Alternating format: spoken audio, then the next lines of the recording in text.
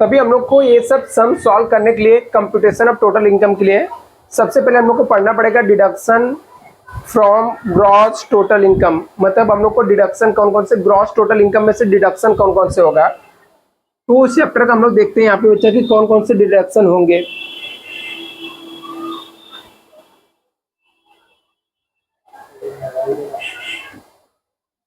अभी ये जो डिडक्शन रहता है ये आपके टोटल ग्रॉस टोटल इनकम में से मिलता है डिडक्शन।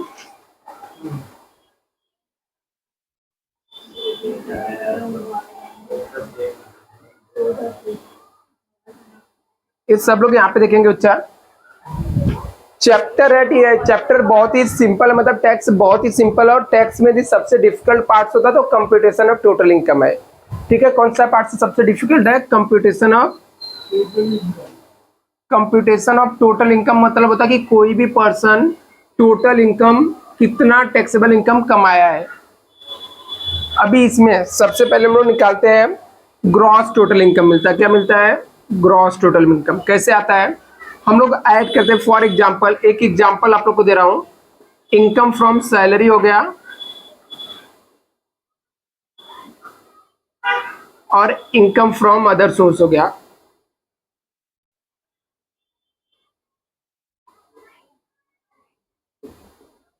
तो इस इनकम को हम लोग बोलते हैं total gross total income. Gross total income इसको बोलते हैं। मतलब जो भी हेड से आपने इनकम कमाया, जो भी हेड से आपकी इनकम आया उसको ऐड कर लेने का जो अमाउंट आएगा उसको हम लोग क्या बोलते हैं? Gross total income. अभी इसमें से लेस होता है less deduction under chapter 6A। तो जो भी डिडक्शन रहेगा उसमें से हम लोग माइनस करते हैं, जो फाइनल आता है उसको हम लोग बोलते हैं नेट टैक्सेबल इनकम। ये पूरा सम सॉल्व करने का हमारे पास मेथड है। इसका मतलब होता है कि आपको इनकम फ्रॉम सैलरी भी आना चाहिए, इनकम फ्रॉम अदर सोर्स भी आना चाहिए और डिडक्शन अंडर चैप्टर 6A आना चाहिए। मतलब आपको 3 चैप्टर आगे आएगा तो जाके एक चैप्टर का सम आप क्या कर सकते हो? सॉल्व कर सकते हो। यदि आपको सिर्फ सैलरी आएगा तो आप पूरे सम के अंदर सिर्फ और सिर्फ सैलरी वाला पार्ट सॉल्व कर पाओगे पूरे क्वेश्चन के अंदर। यदि आपको इनकम फ्रॉम अदर सोर्स सिर्फ आ रहा है तो सिर्फ आप अपने पूरे सम का 10% कर पाओगे। जैसे फॉर एग्जांपल ये पूरा जो सम रहेगा एग्जाम में आपको 20 मार्क का रहेगा। कितने मार्क का रहेगा? 20 मार्क का, जिसमें से 10 मार्क का सैलरी रहेगा, 5 मार्क का इनकम फ्रॉम अदर सोर्स रहेगा और 5 मार्क का क्या रहेगा? डिडक्शन रहेगा। तो आपको एक कंप्लीट सम सीखने के लिए आपको ये तीनों के तीनों चैप्टर आने चाहिए। तो हम लोग अभी जो सीखने वाले हैं वो डिडक्शन अंडर चैप्टर 6A सीखने वाले हैं, जिससे चैप्टर का नाम होता है, चैप्टर हम लोग सीखेंगे deduction from gross total income. मतलब जो हमारा ग्रॉस टोटल इनकम आया उसमें से जो अमाउंट हम लोग को डिडक्ट करना है, माइनस करना है। ठीक है, डिडक्शन का मतलब ही होता है माइनस करना। उसको क्या करना है? माइनस करना है। किस में से माइनस करना है? ग्रॉस टोटल इनकम में से। तो कौन कौन से आइटम है जो ग्रॉस टोटल इनकम से माइनस करना है उसको हम लोग इस चैप्टर के अंदर सीखेंगे। ठीक है, तो अभी इसको सीखने के लिए आपको क्या करना है? आप लोग नोट्स जो मैंने आपको क्रैश कोर्स वाला नोट्स भेजा था, ठीक है, कॉस्ट फाइनेंस और टैक्स वाला, उसमें पेज नंबर 35 पे जाओ। पेज नंबर 35 मिला क्या?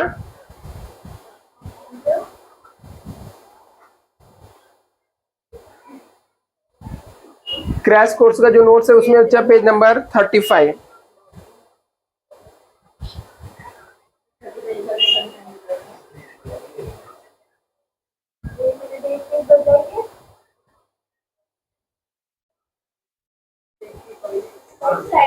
मिल गया? ये यहाँ पे देखो वहां पे देखो पेज नंबर 35 पे आपको दिया है deduction from gross total income. कौन कौन से आइटम ग्रॉस टोटल इनकम में से माइनस होगा वो आपको पढ़ना है, और ये मिला के सिर्फ और सिर्फ एक पेज है। आप एक पेज पढ़ोगे तो जितने भी सम आएंगे सबके डिडक्शन आप कर सकते हो, ठीक है। आपको अंडर सेक्शन के साथ में इसको याद रखना है, मतलब सेक्शन के साथ में इसको याद रखना है। जैसे फॉर एग्जांपल सबसे पहला डिडक्शन मिलता है 80C के अंदर। 80C के अंदर मिलता है, किसके अंदर मिलता है? 80C। 80C जो है इन्वेस्टमेंट से रिलेटेड है। किससे रिलेटेड है? अभी एग्जाम में आपको कोई ना कोई इन्वेस्टमेंट का आइटम दिया रहेगा, आपको उसको रीड करके ये समझ में आना चाहिए कि ये जो आइटम है इसका डिडक्शन हम लोग अंडर चैप्टर 6A के अंदर ले सकते हैं। वो भी कौन से सेक्शन के अंदर? 80C के अंदर। किसके अंदर ले सकते हैं हम लोग?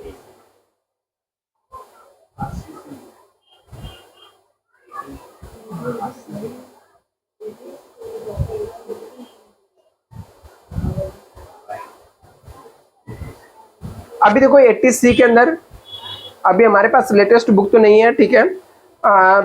लेटेस्ट बुक आएगा तो वापस से एक बार उसमें से बता दूंगा आप लोग को, ठीक है। तो यहाँ पे क्या होता है, आपको डिडक्शन जो मिलेगा वो आपको तभी डिडक्शन मिलेगा जब आप इन्वेस्टमेंट करोगे। इन्वेस्टमेंट कौन से सेक्शन के अंदर आता है? 80C के अंदर आता है। तो आपको याद रखना पड़ेगा कि हम लोग को इन्वेस्टमेंट करेंगे तो हम लोग अंडर सेक्शन 80C के अंदर हम लोग इसका डिडक्शन ले सकते हैं। कैसे याद रखने का? यदि हम लोग पहले क्या करते हैं, अर्न करते हैं फिर कंज्यूम करते हैं, ठीक है। कंज्यूम मतलब मालूम होता है क्या होता है? हमारे पास इनकम होता है, मान लो 100 रुपये कमाया, उसमें से 40 रुपये हम लोगों ने कंज्यूम कर लिए, तो बचा हुआ पैसा हम लोग क्या करते हैं? इन्वेस्टमेंट करते हैं। क्या करते हैं? इन्वेस्टमेंट करते हैं, ठीक है। तो कंज्यूम, सी से कंज्यूम होता है, सी से समझ जाने का है। 80C कंज्यूम करने के बाद हम लोग उसको क्या करेंगे? इन्वेस्टमेंट करेंगे। अभी आप ऐसे गवर्नमेंट से डिडक्शन कितना ले सकते हो? मतलब आप तो ऐसे बोल दोगे, गवर्नमेंट को बोल दोगे मैंने 5 करोड़ रुपए इन्वेस्टमेंट कर दिया, तो गवर्नमेंट बोलती है ऐसा नहीं, फिर तो गवर्नमेंट बोलेगी मुझे टैक्स ही नहीं मिलेगा। ऐसा नहीं चलेगा, ऐसा बिल्कुल नहीं चलेगा। तो फिर गवर्नमेंट क्या बोलती है, आपको 80C के अंदर डिडक्शन तो मिलेगा, लेकिन मैं कुछ आपको आइटम बता रहा हूं, उस आइटम के अंदर यदि आप इन्वेस्टमेंट करोगे तो ही, जिससे गवर्नमेंट को बेनिफिट होना चाहिए, ठीक है। आपका पैसा गवर्नमेंट के जगह इन्वेस्टमेंट यदि आप कर रहे हो, या गवर्नमेंट ने कुछ आइटम दिया है, इस पर्टिकुलर आइटम के अंदर आप इन्वेस्टमेंट करोगे तो ही आपको छूट मिलेगा। नहीं तो लोग बोलेंगे मैं बिल्डिंग खरीदा तो भी तो मैंने इन्वेस्टमेंट ही किया, मुझे छूट दे दो, ठीक है। नहीं तो कोई कुछ और आएगा बोलेगा मैंने कार खरीदा, वो भी मेरा इन्वेस्टमेंट है, मुझे छूट दे दो। तो गवर्नमेंट बोलती है ऐसे इन्वेस्टमेंट पे छूट नहीं मिलेगा। जो मैं इन्वेस्टमेंट बता रहा हूं यदि आप उसके अंदर इन्वेस्टमेंट करोगे तो आपको छूट मिलेगा।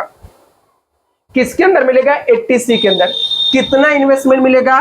मैक्सिमम कितना आप ले सकते हो? 1,50,000। कितना ले सकते हो?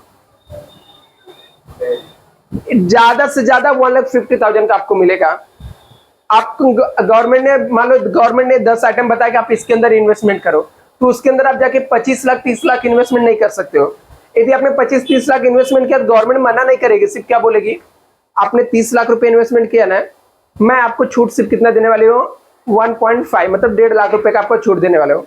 बाकी का जो इन्वेस्टमेंट है उसके ऊपर क्या लगेगा? टैक्स लगेगा। मैं मान के चलता हूं आपका क्या है? इनकम है। तो गवर्नमेंट क्या करेगी, यहां पर जब छूट देने की बात आएगी तो 80C के अंदर से सिर्फ कितना अमाउंट लेगी? आपको मैक्सिमम डिडक्शन दे सकती है 1,50,000 दे सकती है। उससे कम रहेगा तो उससे कम मिलेगा। मान लो आपने इन्वेस्टमेंट सिर्फ और सिर्फ 40,000 का किया, कितने किया? 40,000 का, तो गवर्नमेंट सिर्फ कितना छूट देगी? 40,000 का देगी। तो कौन कौन से आइटम देखो यहाँ पे नोट्स में लिखा है। यदि आपने लाइफ इंश्योरेंस प्रीमियम भर रहे हो, आप अपना LIC भर रहे हो, क्या कर रहे हो? LIC में आप इन्वेस्टमेंट कर रहे हो, ठीक है। उसके प्रीमियम भरते हो, आप अपना भर रहे हो, अपने वाइफ का भर रहे हो, अपने बच्चे का भर रहे हो, ठीक है। आप अपने फैमिली के किसी भी मेंबर का भर रहे हो तो गवर्नमेंट बोलती है कोई बात नहीं, एक अच्छे इंसान आप हो, ठीक है, अपने घर वाले को LIC भर रहे हो, ठीक है, चलो मैं आपका छूट दिया, ठीक है। आप अपने वाइफ का भर रहे हो उसका भी मैंने छूट दे दिया, आप अपना भर रहे हो उसका भी, आप अपने बच्चे का भी भर रहे हो उसका भी छूट, सबका मिला के जितना प्रीमियम होता है उतना आप मुझसे छूट ले लो, लेकिन 1.5 लाख से ज्यादा नहीं होना चाहिए, ठीक है। आप LIC में पैसा भर रहे हो तो गवर्नमेंट बोलती है कोई बात नहीं, 80C के अंदर चलो।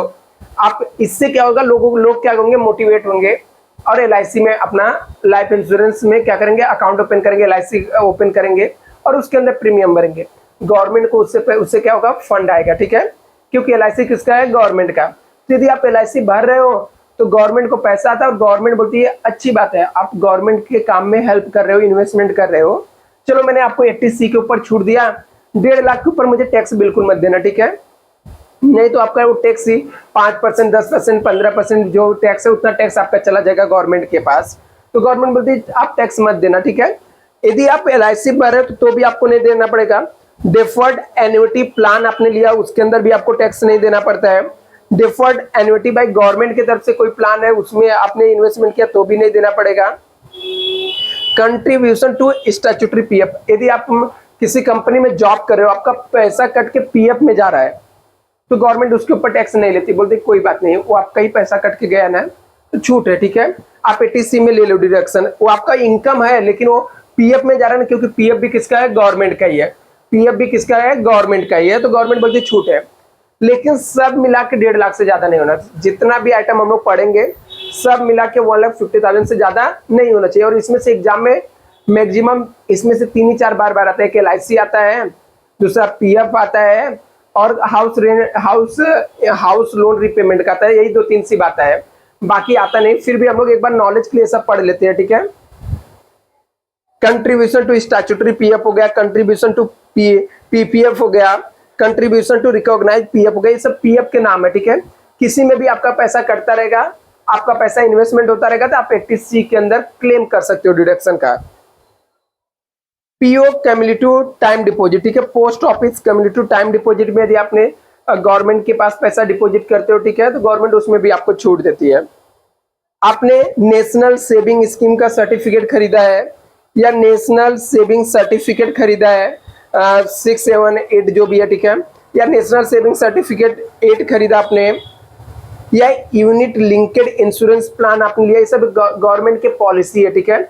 यूनिट लिंकेड इंश्योरेंस LIC का एक प्लान है, यदि आपने उसमें भी पैसा इन्वेस्टमेंट किया है तो भी गवर्नमेंट बोलती है कोई दिक्कत नहीं, आप ये सब में से जितना गवर्नमेंट का नाम दिया ना, किसी में भी आप इन्वेस्टमेंट करो, मैक्सिमम आप 1,50,000 आप डिडक्शन ले सकते हो 80C के अंदर। और क्या क्या है, धन रक्षा स्कीम में आपने इन्वेस्टमेंट किया है, या जीवन धारा, जीवन अक्षय करके, ठीक है, ये सब LIC का प्लान का नाम है, ठीक है। इस सब में किसी में भी आप पैसा डालोगे तो गवर्नमेंट आपको छूट दे देगी। इसके अलावा आपको इक्विटी लिंकेड सेविंग स्कीम में यदि आपने पैसा इन्वेस्टमेंट किया तो भी आपको छूट मिल जाएगा। पेंशन फंड में आपने पैसा डाला तो भी आपको छूट मिल जाएगा। इसके अलावा आपको home loan account, national housing bank से आपने होम लोन अकाउंट लिया, ठीक है, उसमें पैसा उसका इंस्टॉलमेंट पे किया या उसका मेन अमाउंट आपने लोन रीपेमेंट किया तो छूट मिल जाएगा आपको। हाउसिंग फाइनेंस डिपॉजिट होगा, न्यू आपने नए घर खरीदे हैं, ट्यूशन फीस बच्चे को भर रहे हो लेकिन ट्यूशन फीस 200 रुपये माफ है, ठीक है, ट्यूशन फीस का लिमिट है, आप मैक्सिमम ज्यादा अमाउंट नहीं भर सकते हो बच्चे का। आगे यहाँ पे इंफ्रास्ट्रक्चर डिबेंचर यूनिटी में हो गया, bank fix deposit for 5 years के लिए आपने किया तो भी आप यहाँ पे ले सकते हो डिडक्शन। नाबार्ड का बॉन्ड आपने खरीदा है, या सीनियर सिटीजन सेविंग स्कीम में आपने पैसा इन्वेस्टमेंट किया तो भी आप यहाँ पे डिडक्शन ले सकते हो। और post office 5 year time deposit किया तो भी आप ले सकते हो। आप भी मान लो आपने इसमें इन्वेस्टमेंट किया और साथ में गवर्नमेंट क्या बोलती है, यदि आप इन्वेस्टमेंट करते हो धीरे धीरे आप बुढ़े भी तो हो जाओगे काम करते करते, एक न एक दिन बुढ़ापा आने वाला, ठीक है, एक न एक दिन सबके बुढ़ापा आता है तो आप लोग का भी बुढ़ापा आएगा, ठीक है। तो गवर्नमेंट बोलती है LIC, मेरी जो LIC कंपनी है ना, वो आपको एक पेंशन प्लान चलाती है, LIC पेंशन प्लान है, ठीक है, उसका नाम है पेंशन प्लान करके LIC का है, ठीक है। तो यदि आपने पेंशन प्लान में आप पैसा इन्वेस्टमेंट करोगे तो उसमें गवर्नमेंट क्या बोलती है, जब तक आपका हाथ पैर चल रहा है, काम धंधा कर रहे हो, ठीक है, तो उसमें आप पैसा भरो, जब आप बुढ़े हो जाओगे ना तो आपको हर बुढ़ापे में पेंशन के तौर पे हर महीने 2,000 5,000 जैसा आप इन्वेस्टमेंट करोगे, जैसा प्लान लोगे, हर महीने आपको आता रहेगा। आपने सोचा कि चलो ठीक है बुढ़ापे में अभी अपने को ये सब तो जरूरत लगने वाली है, तो चलो हम लोग पेंशन प्लान ही कर, पेंशन प्लान ले लेते हैं। तो गवर्नमेंट बोलती कोई बात नहीं, यदि पेंशन प्लान लेते हो ना तो 80CCC में आपको डिडक्शन मिल जाएगा। लेकिन चाहे आप इसमें इन्वेस्टमेंट करो चाहे इसमें, दोनों को मिलाकर 1.5 लाख का होना चाहिए, ठीक है, 1,50,000 से ज्यादा नहीं होना चाहिए। दोनों मिला के 1,50,000 ही, चाहे आप पेंशन भरो चाहे ऊपर के जितने इन्वेस्टमेंट के हम लोगों ने आइटम पढ़े ना उसमें आप इन्वेस्टमेंट करो, दोनों मिला के आपको कितना मैक्सिमम डिडक्शन मिलेगा, 1,50,000।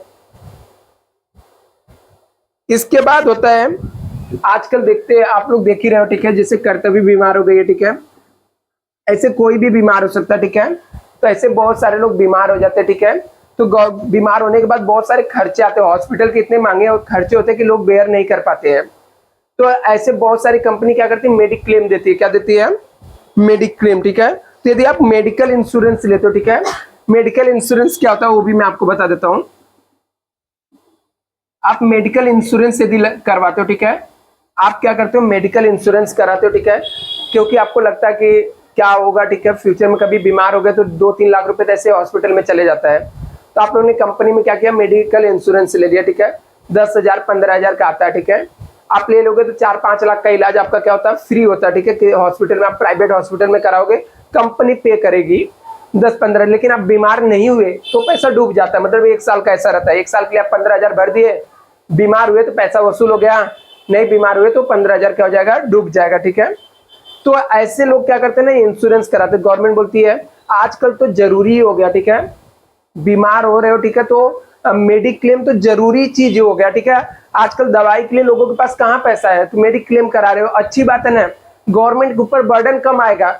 कल को आप बीमार होगे तो गवर्नमेंट हॉस्पिटल में पहुंच जाओगे, गवर्नमेंट के खर्चे बढ़ेंगे, डॉक्टर का, गवर्नमेंट को टेंशन बढ़ेगा, तो आप इससे अच्छा प्राइवेट में आप दवाई करा लोगे, ठीक है, मेडिक्लेम लिए हो तो।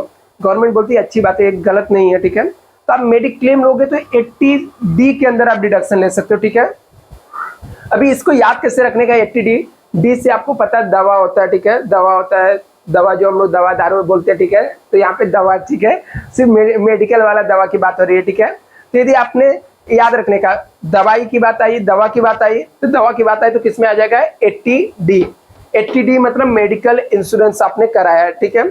अभी ये मेडिकल इंश्योरेंस में कितना गवर्नमेंट छूट देती है, यदि आपने मेडिकल इंश्योरेंस प्रीमियम भरा है खुद का, किसका भरा है, सेल्फ का, ठीक है, सेल्फ का आपने भरा तो आपको 25,000 रुपये मिलेगा छूट। मतलब आपको 25,000 रुपये के ऊपर टैक्स नहीं, आपने किसी भी इंश्योरेंस कंपनी से आप मेडिक्लेम ले लो, गवर्नमेंट उसके ऊपर टैक्स नहीं मांगेगी। आप 25,000 रुपये जाके गवर्नमेंट से, गवर्नमेंट टैक्स मतलब इसका कि ये अमाउंट के ऊपर टैक्स नहीं देना पड़ेगा, ठीक है।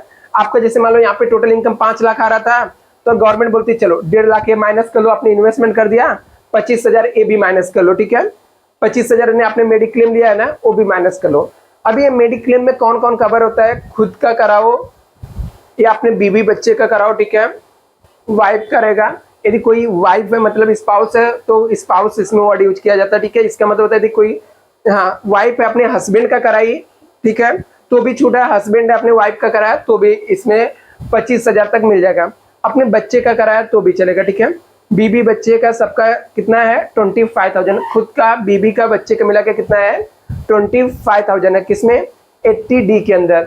आप यहाँ पे 80D के अंदर क्लेम कर सकते हो, याद रहेगा आप लोग को, 80D मेडिकल इंश्योरेंस रिलेटेड। दूसरा, अभी लोग क्या होते हैं ना, आजकल लोग अपने माँ बाप का ख्याल नहीं रखते, ठीक है, वो माँ बाप भी बुढ़े हो जाते हैं, ठीक है, उनके बीमार होते हैं, ठीक है, तो उनको भी दवा ववा लोग नहीं कराते, ठीक है, ध्यान नहीं देते हैं। तो गवर्नमेंट बोलती है यदि आप अपने माँ बाप का ख्याल रख रहे हो ना, उनका भी इंश्योरेंस प्रीमियम करा रहे हो ना, चलो बहुत अच्छी बात है, आप बहुत एक अच्छे इंसान हो, ठीक है। तो गवर्नमेंट क्या करती है, पेरेंट्स के लिए 25,000 और देती है, पेरेंट्स के लिए और कितना देती है, 25,000 देती है, ठीक है। यदि आप पेरेंट्स को अपने पेरेंट्स का कराते हो, मतलब आप अपने खुद के फैमिली का, अपने वाइफ का, अपने बच्चे का भरते हो तो 25,000 आपको मिलेगा। और यदि आपने अपने मम्मी पापा का कराया है, ठीक है, ठीक है, पेरेंट्स का, अपने उनका भी क्लेम, गवर्नमेंट बोलती है बहुत अच्छी बात है, ठीक है, आप अपने पेरेंट्स का ख्याल रखते हो, चलो ठीक है, 25,000 रुपये और, मतलब आप 50,000 रुपये क्लेम कर सकते हो। गवर्नमेंट को फिर याद आता है, कुछ लोग तो बुढ़े हो जाते हैं, ठीक है, और कुछ लोग बहुत बुढ़े होते हैं, ठीक है। बुढ़ा मतलब सीनियर सिटीजन हो जाना, ठीक है। अभी ये सीनियर सिटीजन मतलब समझता है आप लोग को, तो यदि आप इसमें सीनियर सिटीजन कोई रहेगा, एडिशनल मिलेगा, एडिशनल मिलता है सीनियर सिटीजन। अभी कितना मिलता है, 25,000। मतलब क्या, यदि मान लो आपके पेरेंट्स जो है, ठीक है, वो बुढ़े हो गए, ठीक है, सीनियर सिटीजन हो गए, मतलब 60 साल के ऊपर हो गए, 60 साल के ऊपर हो गए तो आपको 25,000 मिलेगा। और उनका आपने मेडिक्लेम कराया 25, मान लो उनका डबल मेडिक्लेम लेके रखा, ठीक है, बहुत महंगा वाला लेके रखा है, तो गवर्नमेंट बोलती है 50,000 रुपये आपको छूट मिल जाएगा। कितना मिल जाएगा, 50,000 रुपये मिल जाएगा। सिर्फ आपके पेरेंट्स का 25,000, आप अपना टोटल कितना ले सकते हो 15,000। मान लो आप खुद ही जो पर्सन टैक्स जिसका टैक्स निकाले, मान लो आपका खुद का एज 60,000 है, 60 साल है, तो आप खुद का भी डिमांड कर सकते हो 50,000, क्योंकि टैक्स तो 70,000, 70 साल के हो गए, 60 साल के हो गए, जो भी इनकम कमाता है उसको गवर्नमेंट को टैक्स भरना पड़ता है। आपकी खुद की एज मान लो 65 ईयर्स हो गई और आपने मेडिक्लेम करा 25,000 और 25,000 का, और आपने एक्स्ट्रा ले लिया तो गवर्नमेंट बोलती है 50,000 रुपये एडिशनल। सीनियर सिटीजन के लिए 25,000 रुपये और एक्सटर्नल गवर्नमेंट क्या करती है, देती है। एक होता है हमारा क्या है 80C होता है। 80C मतलब कंज्यूम करने के बाद जो बचा कुचा जो हम लोग इन्वेस्टमेंट करते हैं, ठीक है। इन्वेस्टमेंट करेंगे तो उसमें मैक्सिमम 1.5 लाख रुपए तक रहता है, ठीक है। और यदि हम लोगों ने क्या किया यहाँ पे मेडिक्लेम किया, ठीक है, मेडिकल इंश्योरेंस लिया, मेडिक्लेम लिया तो खुद के लिए 25,000 है, पेरेंट्स के लिए 25,000 है, और यदि सीनियर सिटीजन है तो और 50,000, ठीक है। इसके बाद एक नेक्स्ट सेक्शन आता है 80DD। अभी 80DD क्या होता है, डिसेबल पर्सन के लिए होता है, ठीक है।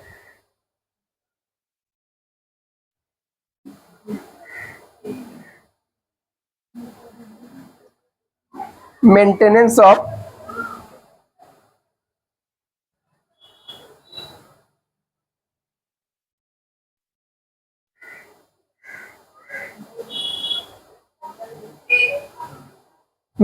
ऑफ हैंडीकैप, ठीक है। इसका जो अमाउंट है, ठीक है, शायद से गवर्नमेंट ने अभी रिसेंटली कुछ बढ़ाया है, ठीक है, तो अमाउंट हम लोग बाद में देख लेंगे। अभी मैं इसके बारे में बता देता हूं। तो ये 80DD किससे रिलेटेड होता है, मेंटेनेंस ऑफ हैंडीकैप। किसके लिए है, मेंटेनेंस ऑफ हैंडीकैप। तो इसके सेक्शन कैसे याद रखने का, D for dependent disable. Dependent disable क्या होता है, डिपेंडेंट डिसेबल मतलब ऐसा इंसान जो आपके ऊपर डिपेंड है, ठीक है। डिपेंडेंट डिसेबल, डिसेबल मतलब क्या, जिसके हाथ पैर टूटे हुए हैं, ठीक है, चलने में प्रॉपर नहीं है, हैंडीकैप टाइप के जो लोग रहते हैं ना।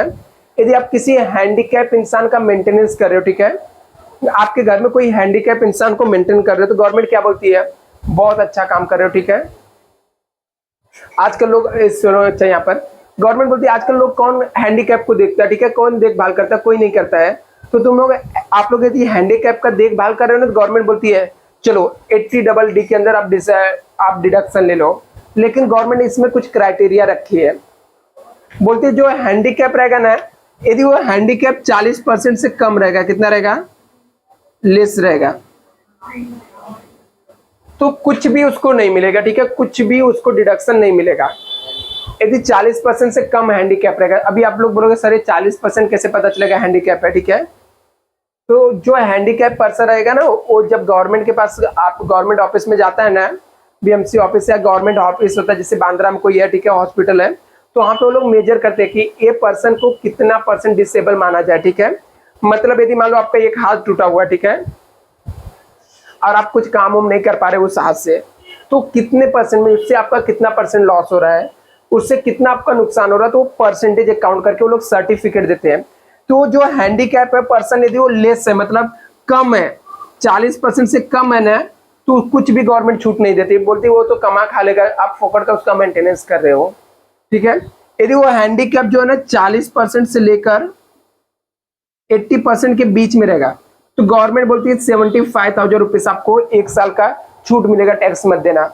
यदि वो पर्सन के ऊपर आपने 75,000 रुपीज का खर्चा किया ना, गवर्नमेंट बोलती है छूट है, चलो उसके ऊपर टैक्स मत देना, आप बहुत अच्छा काम कर रहे हो। अभी अमाउंट शायद से चेंज भी रहेगा ये, ठीक है, अमाउंट मुझे थोड़ा बाद में देखना है। अभी के लिए आप लोग 75 देखो, ठीक है, नया बुक रहेगा तो लेकर आएंगे तो उसके अंदर देख लेंगे। तो 75,000 आप यदि किसी हैंडीकैप को मेंटेन करके देखते हो ना, जो 40% से 80% के बीच में है, तो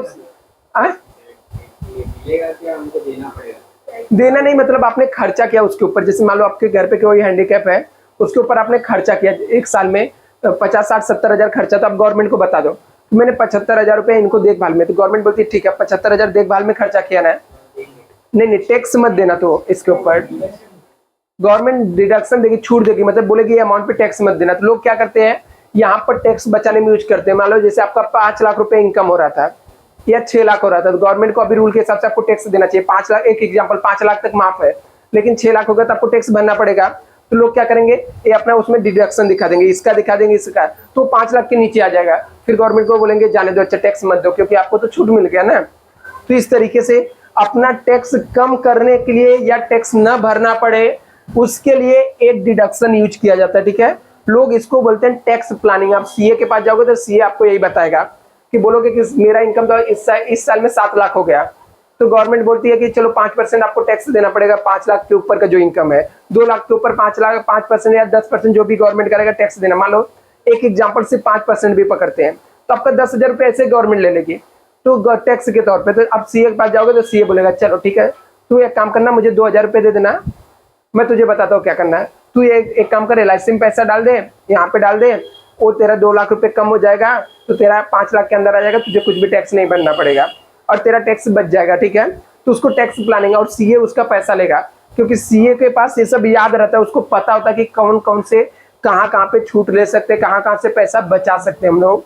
टैक्स, इसको टैक्स प्लानिंग बोलते हैं। तो और सीए क्या करेगा, ये सब भर के गवर्नमेंट को बताता है।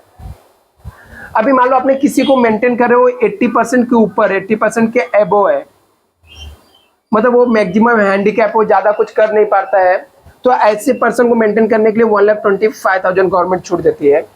80DD के अंदर आप 1,25,000 का आप क्या कर सकते हो, क्लेम कर सकते हो। इसके बाद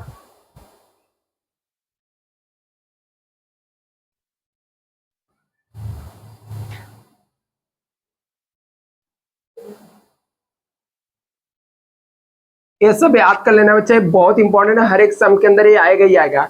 आपको सम में दिया रहेगा, वो आपको सेंटेंस पढ़ के आपको समझ में आना चाहिए। ओ इसका ये अमाउंट है, ये वाला हम लोग को यहाँ पे डिडक्शन मिल जाएगा। आपको दिया रहेगा एलआईसी प्रीमियम पेड किया 20,000, तो आपको याद आना चाहिए एलआईसी प्रीमियम पे किया 80C के अंदर डिडक्शन मिलेगा। तो सम सॉल्व करते समय 80C के अंदर उसको माइनस कर देना पड़ेगा। तो ऐसे आपको चीजें याद रखनी पड़ेंगी। 80DD के बाद आता है 80E, interest on education loan. यदि आपने पढ़ाई लिखाई के लिए, हायर एजुकेशन के लिए, किसके लिए, हायर एजुकेशन के लिए यदि आपने बैंक से लोन लिया, किसके लिए लोन लिया, हायर एजुकेशन। हायर एजुकेशन मतलब समझता है 12वीं, ठीक है, 12वीं के बाद या 12वीं के बाद, ठीक है। जैसे सेकेंडरी हायर एजुकेशन हम लोग बोलते हैं HSC को, ठीक है, HSC हम लोग बोलते हैं। तो ऐसे हायर एजुकेशन के लिए आपने मान लो MBA करने के लिए लोन लिया या कोई भी ऐसे पढ़ाई करने के आपने लोन लिया और उसमें आपने क्या कर रहे हो, इंटरेस्ट भर रहे हो, तो गवर्नमेंट बोलती है पढ़ाई लिखाई कर रहा है बच्चा, बहुत अच्छा काम कर रहा है, ठीक है, पढ़ना लिखना जरूरी, पढ़ेगा लिखेगा तो गवर्नमेंट के ऊपर बर्डन कम आएगा, ठीक है, जॉब नहीं देना पड़ेगा, खुद से जॉब खोज लेगा। तो गवर्नमेंट यदि आप लोन लेके पढ़ रहे हो तो उसके ऊपर जितना इंटरेस्ट भरोगे ना, पूरा इंटरेस्ट माफ है, मतलब आपको इंटरेस्ट में लिमिट ही नहीं है। आप 5 लाख रुपए इंटरेस्ट भरोगे तो 5 लाख माफ है, लेकिन ऐसा करके आप सिर्फ 8 साल कर सकते हो, ठीक है। आप जिंदगी भर फेल होकर पढ़ते रहोगे तो नहीं चलेगा, ठीक है। गवर्नमेंट बोलती नहीं नहीं मेरा इतना लॉस नहीं, ठीक है, मैं 1 साल देखेगी गवर्नमेंट, आप पैसा लो गवर्नमेंट से, ठीक है, 2 साल में पढ़ो, 3 साल में पढ़ो, मैक्स टू मैक्स 8 साल। आप खुद पढ़ रहे हो तो भी गवर्नमेंट छूट देती है, आप लोन लेके अपने बच्चे बीवी बच्चे को पढ़ा रहे हो तो भी लोन छूट देती है, ठीक है। यदि आपने लोन लिया गवर्नमेंट से, ठीक है, बैंक से लोन लिया और बैंक से लोन लेके अपने वाइफ को पढ़ा रहे हो तो भी छूट है, गवर्नमेंट बोलती है बहुत अच्छा काम कर रहा है, ठीक है, पढ़ा लिखा रहे हो बहुत अच्छी बात है। अपने बेटे को पढ़ा रहे हो तो भी गवर्नमेंट बोलती है ठीक है। इंटरेस्ट के मतलब अभी ये क्या छूट दे रही है, गवर्नमेंट इंटरेस्ट नहीं माफ कर रही है, गवर्नमेंट क्या कर रही है, वो जितना अमाउंट इंटरेस्ट आप भर रहे हो ना उसके वो अमाउंट के ऊपर गवर्नमेंट टैक्स नहीं ले रही है, मतलब उतने अमाउंट के टैक्स ऊपर गवर्नमेंट क्या करती है, टैक्स नहीं लेती है। तो इसको कैसे याद रखने का, 80 से क्या होता है, एजुकेशन, ठीक है। यदि एजुकेशन के ऊपर हम लोग इंटरेस्ट भरेंगे तो किसके अंदर डिडक्शन मिलेगा, 80E के अंदर मिलेगा। इसके बाद आता है 80TTA।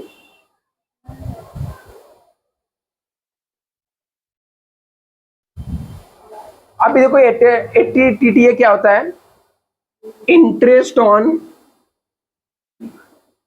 Saving bank account, maximum 10,000। अभी आपने यहां पे क्या किया,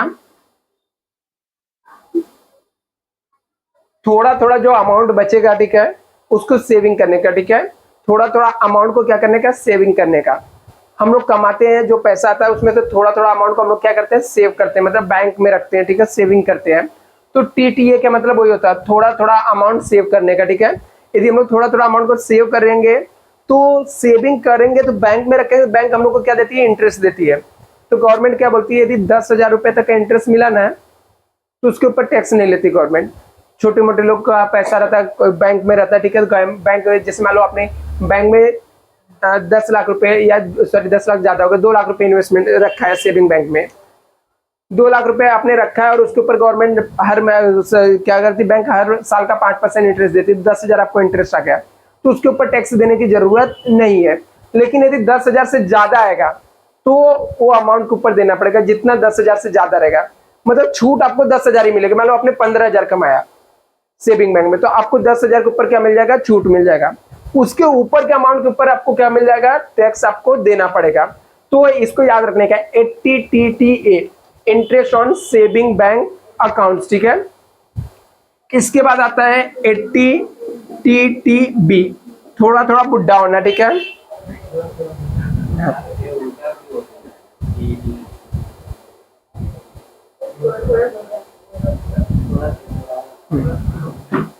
अभी 20 से क्या होता है, बुढ़ा होना, ठीक है। यदि आप सीनियर सिटीजन हो तो आपको 50,000 रुपए गवर्नमेंट छूट देती है, ठीक है।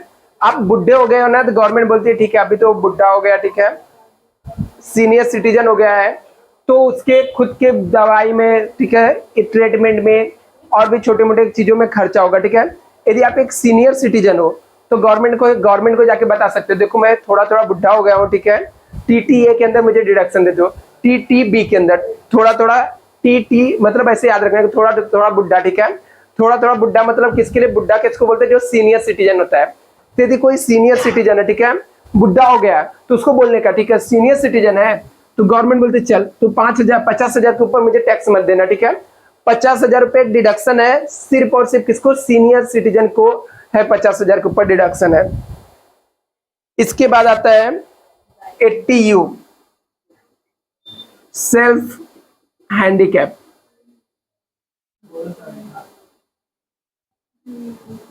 यू मतलब तुम खुद, ठीक है।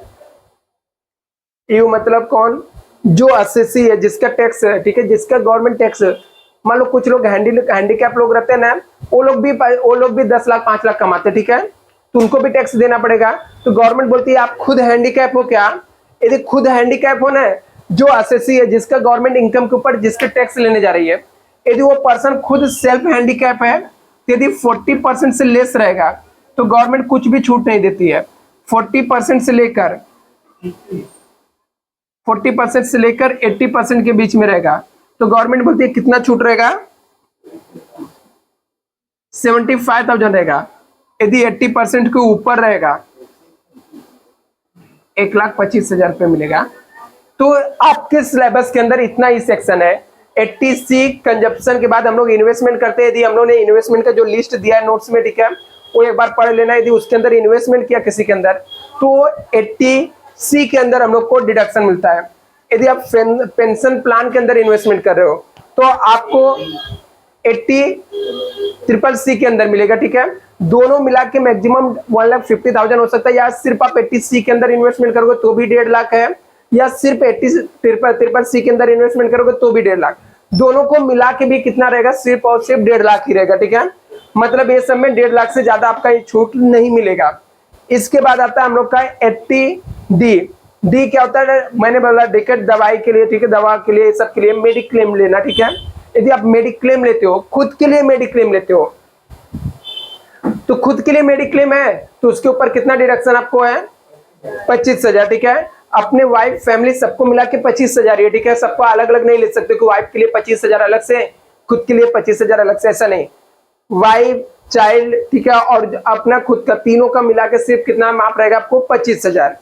इसके बाद यदि आप अपने पेरेंट्स का देखभाल कर रहे हो, अपने पेरेंट्स के लिए यदि आपने कुछ मेडिक्लेम लिया तो उनके लिए एक्स्ट्रा आपको 25,000 का छूट मिलेगा।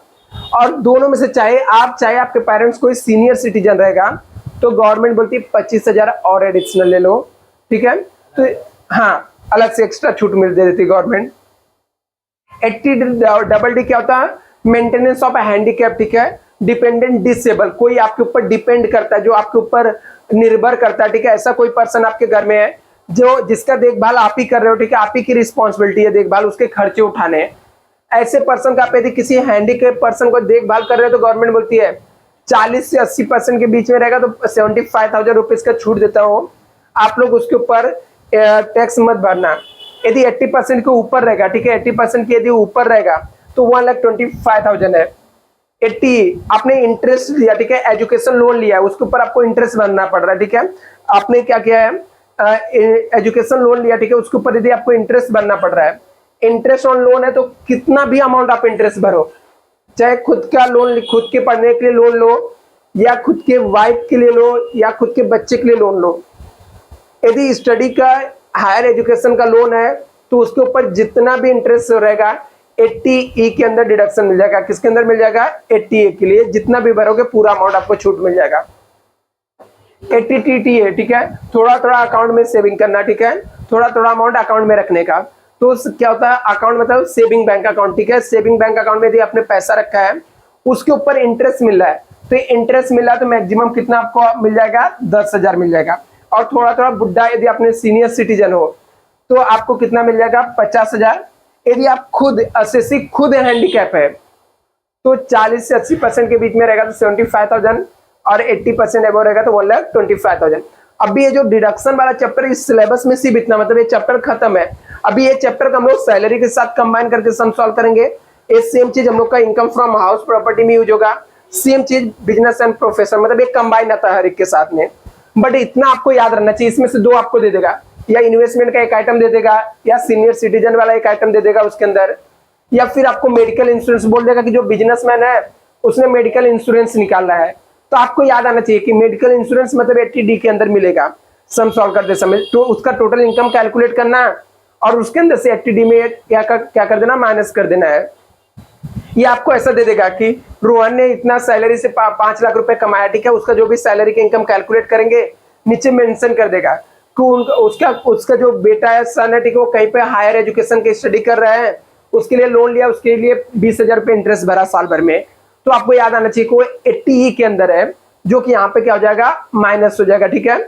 तो जल्दी से आप लोग इसको पढ़ लो, इसमें कुछ डाउट? ठीक है, इसको पढ़ लो चाहे, और ये याद कर लो तुरंत। अभी मैं पूछ लेता हूँ आप लोग को, एक मिनट में बता देना मुझे क्या है।